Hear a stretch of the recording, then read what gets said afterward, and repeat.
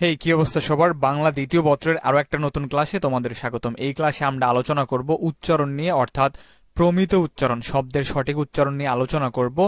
আর আমরা আলোচনা করব মূলত হচ্ছে 1 নাম্বার প্রশ্নের ক নিয়ে। কতে হচ্ছে ওই যে বড় প্রশ্ন থাকবে, উদাহরণ সহ অধ্বনি উচ্চারণের 5টা নিয়ম লেখো, এ ধ্বনি উচ্চারণের 5টা নিয়ম লেখো, ম ফলা, ব ফলা, জ ফলা, এই বিষয়গুলো নিয়েই আমরা আলোচনা করব। আর এই ক্লাসটা করলে তোমার 1-এর কও হয়ে যাবে, আবার 1-এর খও হয়ে যাবে। তাহলে চলো আমরা শুরু করি। কোশ্চেন নাম্বার 1, এখানে বলা হয়েছে বাংলা অধ্বনি উচ্চারণের যে কোনো 5টা নিয়ম উদাহরণ সহ লেখো। এই প্রশ্নগুলো আবার বিভিন্ন ভাবে আসতে পারে, যে অধ্বনি উচ্চারণের যে কোনো 5টা নিয়ম উদাহরণ সহ লেখো, বা অধ্বনির আদ্য 5টি নিয়ম লেখো, বা অধ্বনির মধ্য 5টি নিয়ম লেখো, বা অন্ত 5টি নিয়ম লেখো। এভাবে আসতে পারে, কিন্তু উত্তর একই হবে। তাহলে চলো আমরা হচ্ছে অধ্বনির 5টা নিয়ম আমরা আলোচনা করব। তো আমরা হচ্ছে 1 নাম্বার নিয়মটা দেখব। এখানে বলা হয়েছে শব্দের আদিতে যদি অ থাকে, অর্থাৎ শব্দের শুরুতে যদি অ থাকে এবং তারপরে হস্যই দীর্ঘই, অর্থাৎ তোমার হচ্ছে হিস্যিকার, দীর্ঘিকার, হুস্যকার, দীর্ঘকার থাকে, তাহলে ওই অ এর উচ্চারণ, ওই অ এর উচ্চারণ হচ্ছে ও কারের মতো হবে, অর্থাৎ ও কারান্ত হবে। অর্থাৎ শব্দের শুরুতে অ আছে, এই অ এর পরে কোনো একটা ব্যঞ্জন বর্ণের সাথে হিস্যি আছে, দীর্ঘি আছে, হুস্য আছে, দীর্ঘকার আছে, এই বিষয়গুলো আছে, তাহলে ওর উচ্চারণ ও কারান্ত হবে, অর্থাৎ ও এর মতো হবে। যেমন এখানে উদাহরণ একটু দেখো, যে অতীত, এটা বানানটা কিরকম? অ তয়ে হিস্যি ত। আমরা কিন্তু অতীত উচ্চারণ করি না, আমরা কি উচ্চারণ করি মুখে? অতীত। এটা হবে হচ্ছে ও তয়ে হিস্যি তয়ে হুসুন্ত, অতীত। তারপরে দেখো হচ্ছে নদী, এই যে ন, এই যে নর মধ্যে কিন্তু একটা অ আছে। তারপরে দেখা হচ্ছে দি, এই যে দয়ের সাথে কি আছে? দীর্ঘিকার। নিয়মটা কিরকম ছিল? শব্দের আদিতে অ থাকবে এবং এরপরে হিস্যিকার, দীর্ঘিকার, হুস্যকার, দীর্ঘকার থাকলে তার উচ্চারণ হবে ও কারান্ত। যেমন নদী, এই যে দন্তের নয়ে ওকার দয়েছি, নদী, নদী। এই যে নর মধ্যে অ আছে ন, আর নদীর মধ্যে হচ্ছে ও আছে, এই যে নদী। তারপরে দেখো হচ্ছে এখানে আরেকটা দেওয়া হয়েছে অনুরোধ। আমরা কিন্তু অনুরোধ উচ্চারণ করি না, আমরা মুখে কি উচ্চারণ করি? অনুরোধ। ও দন্তের নয়ে হুসু, রয়ে ওকার, ধয়ে হুসন্ত, অনুরোধ। ময়ূর, ময়ূর, ময়ূর। এই যে মর মধ্যে অ আছে, তারপরে দীর্ঘকার আছে, এই ময়ূর। তাহলে কি হচ্ছে? ময়ূরে ম অন্তুস্ত অয়ে হুসু, রয়ে হুসন্ত, ময়ূর। তাহলে ক নাম্বার নিয়মটা গেল। এবার আসে হচ্ছে খ নাম্বার নিয়ম। এখানে বলা হয়েছে শব্দের আদ্য অ, অর্থাৎ শব্দের শুরুতে অ আছে, এরপরে যদি জ ফলা থাকে, তাহলে সেই ক্ষেত্রে অ এর উচ্চারণ ও কারান্ত হবে। অর্থাৎ শব্দের আদিতে অ আছে এবং তারপরে হচ্ছে জ ফলা আছে, এরকম যদি থাকে তাহলে তার উচ্চারণ হচ্ছে ও এর মতো হবে, অর্থাৎ ও কারান্ত হবে। যেমন এই যে অ আছে, তারপরে দেখো দন্তের নয়ে জ ফলা আছে, তাহলে এটা কি? অন্ন। ও দন্তের নয়ে হোসন্তা, দন্তের নয় করুন অন্ন। তারপরে দেখো আছে অত্যাচার, অত্যাচার। এই যে অ আছে, তারপরে তয়ে জ ফলা আছে, ও তয়ে হুসন্তা, অত্যাচারতা, অত্যা জয়ে আকার, রয় হুসন্তা, অত্যাচার, এরকম ভাবে হবে। তারপরে 3 নাম্বার নিয়ম দেখো, যে আদ্য অ এর পর, মানে প্রথমে অ আছে এবং অ এর পরে যদি হচ্ছে যুক্ত খ থাকে, সমযুক্ত খ থাকে, তাহলে এই অ এর উচ্চারণ হচ্ছে ও কারের মতো হবে। যেমন হচ্ছে অক্ষ, ও কয়ে হুসন্তা ক্ষয় করে খ, অক্ষ। এই যে অর পরে হচ্ছে যুক্ত খ আছে, অ এর পরে যুক্ত খ থাকলে এর উচ্চারণ হচ্ছে ও কারান্ত হবে, অক্ষ। তারপরে দেখো লক্ষণ, লক্ষণ, লয় করলো কয়ে হুসন্তা ক্ষয় করে খ, দিন হুসন্ত, লক্ষণ। ঠিক আছে। র, এই যে রর মধ্যে কিন্তু একটা অ আছে, র। এই রক্ষা, অর্থাৎ অ এর পরে যুক্ত খ থাকলে এর উচ্চারণ হচ্ছে ও কারান্ত হবে। তারপরে হচ্ছে 4 নাম্বার নিয়মটা দেখো। এখানে বলা হয়েছে বাংলা ভাষায় বেশ কিছু সমাসবদ্ধ তৎসম শব্দের মধ্যে অ থাকলে এই অ এর উচ্চারণ হচ্ছে ও কারান্ত হবে। যেমন হচ্ছে পথচারী, পথচারী, পথ হয়ে গেছে পথ, চয় আকার রয়েছি, পথচারী। বনবাসী, বদন্তের নৈগুণ্য বন, বয়ে আকার তালে বুসি, বনবাসী, এরকম ভাবে হবে। তারপরে 5 নাম্বার নিয়ম দেখো, শব্দান্তে যুক্ত বর্ণ থাকলে অন্তিম অ ও কারের মতো উচ্চারণ হবে, অন্তিম অ। ঠিক আছে। অন্তিম অ হচ্ছে ও কারের মতো, ও কারের মতো উচ্চারণ হবে। যেমন শক্ত, শক্ত, তাহলে স কয় হুসন্ত তৈ করতো, শক্ত। কর্ম, ক রয় হুসন্ত ময় কর্ম, কর্ম। প্রাপ্ত, প্রাপ্ত, এই যে ও চলে আসতেছে কিন্তু। আর এগুলার সব থেকে বড় নিয়ম হচ্ছে আমরা মুখে যেটা উচ্চারণ করব সেটাই আমাদের লিখতে হবে। আর এগুলা জাস্ট হচ্ছে বেসিক নিয়ম আর কি, যে শব্দের আদিতে যদি অ থাকে, এরপরে যদি হিস্যিকার থাকে ও কারান্ত হবে, আবার শব্দের আদ্য ওয়ার সাথে জ ফলা থাকলে ও কারান্ত হবে, আবার শব্দের আদিতে অ আছে তারপরে যুক্ত খ আছে তাহলে ও কারান্ত হবে। আর আর দুটার নিয়ম হচ্ছে এখানে একটু ব্যতিক্রম ছিল, একটা হচ্ছে সমাজবদ্ধ শব্দ, এই যে পথচারী, বনবাসী, এগুলা হচ্ছে সমাজবদ্ধ শব্দ। আবার শব্দ অন্তে যুক্ত বর্ণ থাকলে অন্তিম অ ও ও কারান্ত হবে, ঠিক আছে, যেমন শক্ত, কর্ম, প্রাপ্ত, এরকম। বাংলা দ্বিতীয় পত্র ব্যাকরণ স্পেশাল সাজেশন, এই সাজেশনে 1 থেকে 7 পর্যন্ত উত্তর সহ থাকবে, লিখিত অংশের সাজেশন থাকবে, লিখিত অংশ লেখার নিয়ম থাকবে। ব্যাকরণ অংশে এই সাজেশনে কমন সম্ভাবনা 95% প্লাস, ডিসক্রিপশনে সাজেশন ডেমো এবং পাবলিক রিভিউ দেওয়া হলো। আর এই সাজেশনটা হোয়াটসঅ্যাপে পিডিএফ আকারেই দেওয়া হবে, যারা নিতে চাও বিকাশ বা নগদে 99 টাকা সেন্ড মানি দিলে আমি তোমাদেরকে সাজেশন পিডিএফটা দিয়ে দিব। এখন আমরা দেখব হচ্ছে বাংলা এ ধ্বনি উচ্চারণের যে কোনো 5টা নিয়ম লেখো। এই প্রশ্নটা বিভিন্নভাবে আসতে পারে উদাহরণ সহ বাংলা এ ধ্বনি উচ্চারণের 5টা নিয়ম লেখো, বা এ কার উচ্চারণের যে কোনো 5টা নিয়ম উদাহরণ সহ লেখো, বা এ ধ্বনি উচ্চারণের 5টা নিয়ম উদাহরণ সহ লেখো। এইভাবে আসতে পারে, বাট অ্যান্সার হবে একই, প্রশ্ন বিভিন্নভাবে আসতে পারে। আর ধ্বনি উচ্চারণের মধ্যে সব থেকে সহজ হচ্ছে এ ধ্বনি, এটার কোনো কিছু মানে বিক্রয় হয় না, অবিকৃত থাকে সবকিছু, অর্থাৎ কোনো কিছু পরিবর্তন হবে না, যেরকম আছে ওই রকমই থাকে। এটাও হচ্ছে 1 নাম্বার প্রশ্নের ক যদি কেউ অ্যান্সার করো তাহলে এই প্রশ্নটাও অনেক গুরুত্বপূর্ণ, অনেক বোর্ডে দিয়ে থাকে। ওকে, ক নাম্বার নিয়ম আমরা দেখব। এখানে বলা হয়েছে শব্দের অন্ত এ সংবৃত অর্থাৎ অবিকৃত এ হয়, মানে কোনো বিক্রয় হয় না, অবিকৃত থাকে আর কি। যেমন হচ্ছে পথে, ঘাটে, এগুলা আসলে কি চেঞ্জ করবা, কোনো কিছুই কিন্তু পরিবর্তন করা যাচ্ছে না, আমরা মুখে এইটাই উচ্চারণ করতেছি, পথে, ঘাটে, এইভাবেই কিন্তু উচ্চারণ করছি।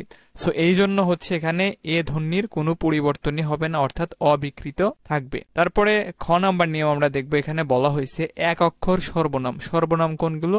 আমরা নাউনের পরিবর্তে যেগুলো ব্যবহার করি তাকে হচ্ছে সর্বনাম বলে, অর্থাৎ নামের পরিবর্তে যেগুলো ব্যবহার করা হয় তাকে হচ্ছে সর্বনাম বলে।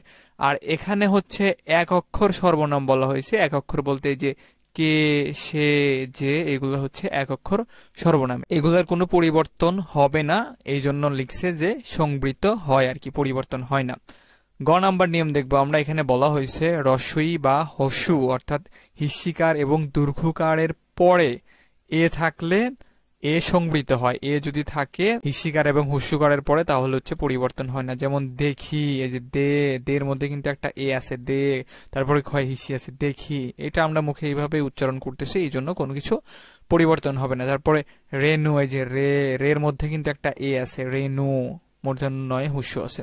এবার আমরা হচ্ছে ঘ নাম্বার নিয়মটা দেখব, অর্থাৎ যেটা বললাম এ ধ্বনির উচ্চারণের নিয়মে কোনো কিছু পরিবর্তন হয় না, আর এটা মোটামুটি দিয়ে থাকে, 3-4 বোর্ডে দিলেও দিতে পারে। আর যাদের হচ্ছে 24 সালে আসছিল তাদের পড়ার দরকার নেই। 4 নম্বর নিয়ম দেখো যে তৎসম শব্দের প্রথমে ব্যঞ্জন ধ্বনির সঙ্গে যুক্ত এ ধ্বনির উচ্চারণ সংবৃত হয়। অর্থাৎ কোনো একটা তৎসম শব্দের সাথে, তৎসম শব্দের তোমার হচ্ছে ব্যঞ্জন ধ্বনির সাথে এ যুক্ত হলে এ হচ্ছে সংবৃত হয়, অর্থাৎ এই এটার কোনো পরিবর্তন হয় না। যেমন দেশ, শেষ, প্রেম, এগুলার কি পরিবর্তন হবে? কোনো কিছুই পরিবর্তন হয় না আর কি। শব্দের প্রথমে যদি এ কার থাকে এবং তারপরে হিস্যি, দীর্ঘি, হুস্যকার, দীর্ঘকার, এ কার, ও কার, এগুলা থাকে আর কি। তারপরে আরো দিছে যেমন দস্তু, জ্বর, র, ল, তালিবুস্য, হ থাকলে সাধারণত এ সংবৃত হয়, যেমন একই, দেখি, এইগুলা। তো এটা হচ্ছে তোমার অধ্বনি উচ্চারণের 5টা নিয়ম গেল। এটা তোমার খুবই সহজ আছে, কোনো কিছু পরিবর্তন হয় না। এবার আসো হচ্ছে ব ফলা উচ্চারণের যে কোনো 5টা নিয়ম উদাহরণ সহ লেখো, বা ব ফলা উচ্চারণের 5টা নিয়ম লেখো। সো এই প্রশ্নগুলো হচ্ছে বিভিন্ন ভাবে আসতে পারে, কিন্তু উত্তর একই হবে। সো এখানে হচ্ছে আমরা ক নাম্বার নিয়মটা দেখব। এখানে বলা হয়েছে আদ্য ব্যঞ্জন বর্ণে অর্থাৎ শব্দের আদিতে ব্যঞ্জন বর্ণে বফলা সংযুক্ত হলে সেই বফলার কোনো উচ্চারণ হয় না। শব্দের আদিতে যদি কোনো একটা ব্যঞ্জন বর্ণের সাথে বফলা যুক্ত থাকে তাহলে সেই বফলাটার উচ্চারণ হবে না। যেমন এখানে আছে ধ্বনি, আমরা কিন্তু মুখে ধবনে উচ্চারণ করি না, আমরা কি উচ্চারণ করি? ধ্বনি। এখানে বটা উচ্চ আছে, ব হচ্ছে উচ্চারণ হচ্ছে না, অর্থাৎ আমরা মুখে যেটা উচ্চারণ করতেছি ওটাই তো আমাদের লিখতে হবে। যেমন ধয়ে ওকার নয় হিসি, ধ্বনি। তারপরে আছে হচ্ছে ত্বক, তয়ে বয়ে যুক্ত আছে, কিন্তু এই বটা আমরা কিন্তু উচ্চারণ করি না, এই জন্য এখানে বলছে যে ব ফলার কোনো উচ্চারণ হয় না। এখানে ব ফলা থাকবে কিন্তু উচ্চারণ হবে না। ত্বক, তারপরে স্বদেশ, স্বাগত, এভাবে হবে। তারপরে 2 নাম্বার নিয়ম দেখো, শব্দের মধ্যে কিংবা শেষে ব ফলা থাকলে সংযুক্ত বর্ণের দ্বিত্ব উচ্চারণ ঘটে থাকে। দ্বিত্ব মানে হচ্ছে এই একই শব্দ, অর্থাৎ ব যার সাথে যুক্ত আছে সেই বর্ণটা দিতে হবে, অর্থাৎ দুইবার উচ্চারণ হবে। যেমন আছে এখানে বিশ্ব, একবার বিশ উচ্চারণ করতেছি, তারপরে স উচ্চারণ করতেছি, এই যে বয়ে হিস্সি তালিবুস শয় হুসন্ত তালিবুস শস্য বিশ্ব। তারপরে আছে বিদ্যান, অর্থাৎ মাঝখানে আছে ব ফলাটা এবং কোন একটা ব্যঞ্জন বর্ণের সাথে যুক্ত আছে, এই জন্য এখানে দিতে হচ্ছে, অর্থাৎ দুইবার উচ্চারণ হচ্ছে। এটা হচ্ছে তোমার খ নাম্বার নিয়ম গেল। গ নাম্বার নিয়ম দেখো, উত উপসর্গ যুগে, উত হচ্ছে একটা উপসর্গ, উত উপসর্গ যুগে গঠিত এই খণ্ড ত এর সঙ্গে ব ফলা যুক্ত থাকলে ব উচ্চারণে লুপ্ত হয় না, অর্থাৎ ব উচ্চারণ লুপ্ত মানে হচ্ছে লোপ পাবে না, বটার উচ্চারণ হবে আর কি। যেমন এখানে আছে হচ্ছে উদ্বেগ, আমরা কিন্তু এখানে মুখে উচ্চারণ করতেছি ব, উদ্বেগ, হস্যদয় হেসন্তা বয়ে একার গ, গয় হসন্তা উদ্বেগ। তারপরে উদ্বোধন, উদ্বোধন, সো আমরা এখানে কিন্তু ব উচ্চারণ করতেছি, এই জন্য আমাদের এখানে বটা লিখতে হবে আর কি। আর এই জন্য বলছে ব বাংলা উচ্চারণে লুপ্ত হয় না, লুপ্ত মানে হচ্ছে লোপ পায় না আর কি, ব এখানে উচ্চারণ করতে হবে। 4 নাম্বার নিয়ম দেখো, এখানে বলা হয়েছে বাংলা শব্দে ক থেকে সন্ধির সূত্রে আগত গ এর সাথে ব ফলা যুক্ত হলে ব উচ্চারণ অপরিবর্তিত থাকে, অর্থাৎ বাংলা শব্দ ক থেকে সন্ধির সূত্রে আগত গ সাথে হচ্ছে ব ফলা থাকে। যেমন হচ্ছে তোমার এই যে এখানে উদাহরণ হিসেবে দেওয়া হয়েছে দিক বিদিক, এগুলো আবার পরিবর্তন হয় না খুব একটা, যেরকম আছে ওইরকমই থাকে আর কি। দয় হিস্সি গয় হসন্ত বয় হিস্সি দয় হিস্সি ক দিক বেদিক।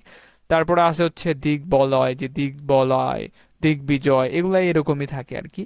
ওকে, সো এরপরে হচ্ছে আর একটা নিয়ম দেখো, 5 নাম্বার নিয়ম, এখানে বলা হয়েছে ব অথবা ম এর সঙ্গে ব ফলা যুক্ত হলে বয়ের উচ্চারণ অবিকৃত থাকে, অর্থাৎ এই বয়ের উচ্চারণ হচ্ছে তোমার বিকৃত হবে না, অর্থাৎ কোনো পরিবর্তন হবে না আর কি, বই থাকবে, বয়ের উচ্চারণ হবে আর কি। যেমন নব্বই, আমরা একবার নব উচ্চারণ করতেছি তারপরে বই উচ্চারণ করতেছি, যেমন হচ্ছে যে নব্বই। তারপরে হচ্ছে সাব্বাস, তালিবুস শয়ে আকার বয়ে হসন্ত বয়ে আকার তালিবুস শ। এখানে তোমার আর একটা নিয়ম আছে, যেখানে মূর্ধন্য স দন্ত স থাকলে সবসময় বড় স হয়, অর্থাৎ তালিবুস শয়ে। তারপরে দেখা হচ্ছে লম্ব, এখানে কিন্তু আমরা ব উচ্চারণ করতেছি, এই জন্য অবশ্যই আমাদের বটা লিখতেই হবে, লম্ব, এভাবে। এরপরে আসে হচ্ছে আর একটা ম ফলা উচ্চারণের যে কোনো 5টা নিয়ম উদাহরণ সহ লেখো। সেখানে হচ্ছে ক নাম্বারে বলা হয়েছে শব্দের আদ্য ব্যঞ্জন বর্ণে, অর্থাৎ শব্দের আদিতে ব্যঞ্জন বর্ণের ম ফলা যুক্ত হলে সেই ম উচ্চারণ হয় না, এটা ব এর মতোই, ব্যঞ্জন বর্ণের সাথে ম ফলা আছে কিন্তু এই মটা উচ্চারণ হবে না, অর্থাৎ অনুচ্চারিত থাকবে আর কি। আর একটা নাসিক্য প্রভাব আসবে, নাসিক্য মানে হচ্ছে তোমার যে শব্দগুলো নাকের মধ্যে দিয়ে বের হয়ে যায়, ঠিক আছে, তাকে হচ্ছে নাসিক্য বলে। যেমন এখানে আছে স্মরণ, বানানটা কিরকম ভাইয়া, দন্তের স্বয়ময় যুক্ত র মূর্ধন্য না, স্মরণ। কিন্তু আমরা যখন সঠিক উচ্চারণ লিখবো, অর্থাৎ প্রমিত উচ্চারণ লিখবো, তখন আমাদের লিখতে হবে তালিবুস্বয় চন্দ্রবিন্দু রয়ে ওকার দন্তান্ন, স্মরণ। আর এখানে মূর্ধন্য ন থাকলে দন্তান্ন হবে, আর দন্তের স থাকলে তালিবুস্য হবে। আর এখানে দন্তের স্বয়ময় আছে, ম কিন্তু উচ্চারণ হচ্ছে না, এই জন্য বলছে যে ম উচ্চারিত হয় না। তারপরে খ নাম্বার নিয়ম দেখো ভাইয়া, শব্দের মধ্যে বা শেষে ম ফলা যুক্ত হলে ম উচ্চারিত না হয়ে সংযুক্ত বর্ণটির দ্বিতীয় উচ্চারণ হয়ে থাকে, ব এর মতোই।